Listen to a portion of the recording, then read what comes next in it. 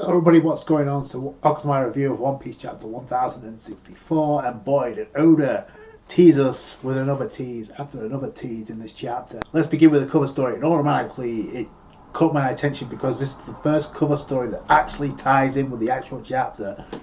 I can't remember the last time that's happened, but it starts off with Jean Bart and Kuzan, aka Aokiji, so we haven't seen him since Punk Hazard. He's back and is affiliated with the Blackbeard Pirates from what we learned in Dressrosa, and it looks like they're the ones that captured Pudding, which disheartens me a little bit because I was under the assumption that maybe it was the Vince Smokes have that moment with Ranger and Pudding. No, Oda's really looking to amp up the pacing and get things rolling with the final saga. So the Blackbeard Pirates, the ones that Pudding captured.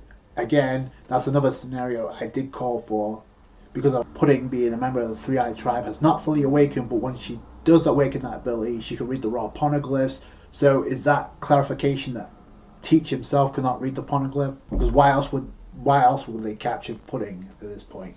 So speaking of Blackbeard, he's clashing with Law at the beginning of this chapter, so that's a good way to amp up the pacing in this chapter. So Law looks like he uses amputate on the unicorn, I guess, Stronger, the horse unicorn that's about to die because obviously he can't hold the weight of Blackbeard. So Teach can no longer approach on air, so he has to fight Law on the ground. Teach uses his Quake through to keep Heart Pirates mobile, but then Doc Q throws a basket of apple bombs to throw at the Heart Pirates. They end up countering it anyway. So I like the Heart Pirates again, a chance to shine as well as Law. And then anyway, Jean Bart tries to fire at Law, but it gets blocked. So meanwhile, Law uses his opportunity to use Kroom, his awakening version of his Devil Fruit, and actually attack Teach with Shock Willie, which is the same technique he used at Big Mom, by stabbing her through the throat. And then Jean Bart actually says this is what happens when you charge in half cut. So I'm guessing it's like, yo, you were half prepared for this. Teach was like, yo, when the hell did Law get this type of ability? So he didn't have intel on Law prior to this encounter. So, and if they did clash, like I said, that may give Law the edge because he's the smartest member of the worst generation. If he's clashed with Blackbeard before, he should know what's coming with Black Vortex. By the way, while this is going on, while the Blackbeard Pirates are trying to sink the Polar Tang, we see that Katarina, Devon, and it looks like Vasco Shot are guarding they'll captured themselves, but the guardian Pudding, who's been captured. Interesting, we don't see Kuzan in the actual chapter, we just saw him in the cover story. So I guess that's Oda finally giving us Kuzan without showcasing anything more. Why is he there? We need an explanation as to what he's up. A lot of people seem to think he's a double agent, which I think that too, because this goes against what Kuzan's usually about. Pudding has some interesting words. Some of them are more contradictory, because she says Mama's going to make you eat those words if she's still alive. You realize we're fighting a killer right now. So obviously applying to Law, even though Kid had a hand in that as well. But new eras only happen when the old legends are torn down. So Teach uses this time his Quake through against Law's awakening Kroom, and Teach is about to use Black Vortex as it conveniently cuts to Marine HQ with the Marines actually hacking in and finding out that Teach is against Law, so they know. And ironically, it's on Winter Island, so that's the island they're on right now. The Marines know that they're clashing, so I don't know if they're going to intervene. That could be Law's out if they do. And maybe he gets captured, similar to how Ace got captured, because this is giving me Teach versus Ace vibes all over again. So I don't see Al-Qaeda waiting too much longer. You know he wants to go right after Law. Anyway, it looks like the Straw Hats and Body are separated from the Pacifista police, the Kuma clone that was in the police outfit. Julie Bonnie switched up the rages, so obviously they wouldn't be recognized, because obviously they would stand out. Luffy's been changed to a 70-year-old man.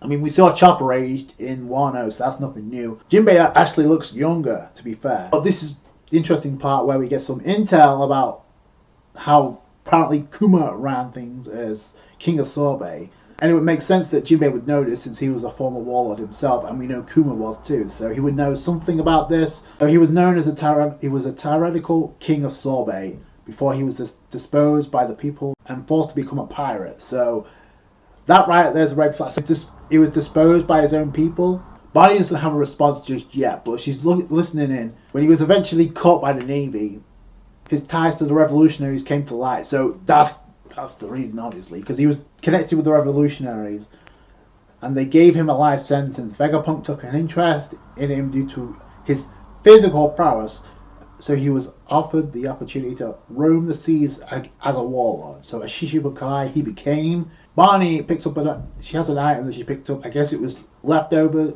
items that Vegapunk's created, but it turns out to be a beam saber, a laser beam saber. So that's actually pretty cool.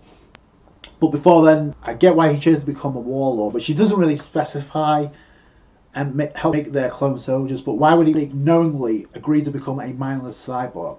Anyone could see it's just as bad as a death sentence. And then that's where Bonnie fires the saber beam. Luffy is obviously impressed by anything that's technology based, so obviously this is amazing to him, even as a 70-year-old man. But then that's where Bonnie switches their ages back to normal. But Bonnie says that always used it to say he was part of a very special race. So what him being different doesn't justify forcing him to be a lab rat. The fact that she says he's part of a very special race. Now immediately people are going to jump the gun and say he's part of the Lunarian race because we saw Kuma with Lunarian wings. Yes, but we also saw a Zephyrium that looked like Boa Hancock and Mihawk with Lunarian wings. So we don't know for sure. And on top of that, in the flashback where he's holding little Bonnie in the previous chapter, we see a full body shot. I do not see wings on him. So, and that will also imply that Jewelry Bonnie, if he is a Lunarian, is also part Lunarian as well. We have to get more info about that, but I like how Oda's giving us more tidbits about Kuma and by default Bonnie as well. But then he switches over to the rest of the Straw Hats because we haven't seen them since chapter 1062, and it looks like they're heading for lab, which is up in the clouds, which obviously is vibe to Skypiea, which is enhanced by Nami saying the land that we're on takes me back to Skypiea because it floats just like Skypiea. Vegapunk's like, yo, seeing as we can control the island's atmosphere and all, we can naturally make use of the parablow to alter the density of water vapor, so obviously clouds, make them solid.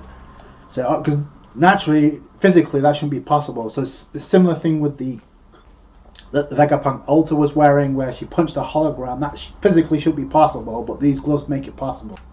Anyway, this is just about the chapter where Zoro and Brook will get asked, hey, are you going to join us as well? But Zoro says, no, I'm going to keep guard of the ship. Now, which is, in theory, a smart move, because obviously in Wano, the ship got attacked. So, on one hand, that's pretty cool, but I'm going to get into my reason why I really think the reason why Zoro is separated from the crew, along with Brook.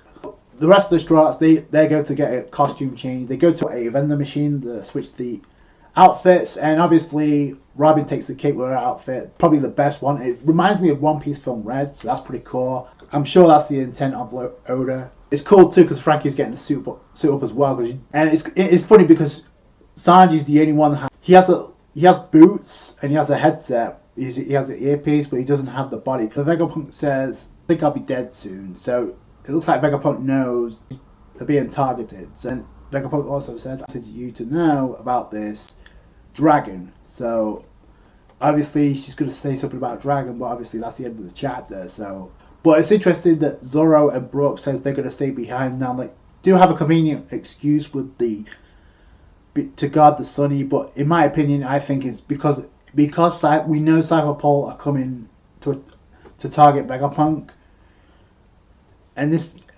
like I said, Zoro is one of the prime candidates to actually defeat Rob Lucci alongside Luffy, so he can't be involved in this. So I can see this happening one of two ways. So either Brook and Zoro end up clashing with the rest of the CP0 while the rest of the Straw Hats are on Vegapunk's island, or the Straw Hats we see here with Frankie, Sanji, Usopp, Nami and Robin are the ones that are going to clash with CP0. I'd be fine with that. There's a lot of people that like to see Robin versus Rob Lucci. But I think the general consensus is we all want Robin to partake in this fight, if there is going to be a fight against CP0. It's been too long. She was restrained in Eno's lobby. That can't happen again. We're about to enter the final saga, so there needs to be some resolution to that. So why not? Now I'm just as fine with Robin facing Stussy, but if Caulifla doesn't join them, that was an automatic rematch for Nami, but maybe Nami's the one to go up against Stussy. That'd be fine. Either way, just the Straw Hats we see here. Frankie Usopp definitely needed a chance to shine. Brook as well, but he may end up getting a Devil Fruit Awakening. So Chopper's definitely going to get Awakening too at some point. So that may be why he's with Luffy. I don't know if Luffy's going to have something to do with this fight with CP0. I have to wait and see. I hope this just doesn't lead to another Robin kidnapping. I'll say that now. So we'll have to wait and see. But yeah, I'll be looking forward if it happens with Rob Lucci versus Nico Robin. Sign me up. The interaction with Bonnie and Luffy, you can see it crystal clear as day where this is going. And Bonnie knows that Kuma was a member of the Revolutionaries. So once they find out Kuma is with Dragon right now, that's going to tie up Bonnie to actually spill the beans of what happened with Sabo once the crew's reunited. The question is, will a crew member be captured, or will they all be together by the end of this arc? So that's going to do it for you guys. Thanks so much for watching. Like the review if you did it, thumbs up. I appreciate that. Subscribe to the channel for more One Piece. Thank you guys for all the support. See you guys later. Thanks guys. Bye.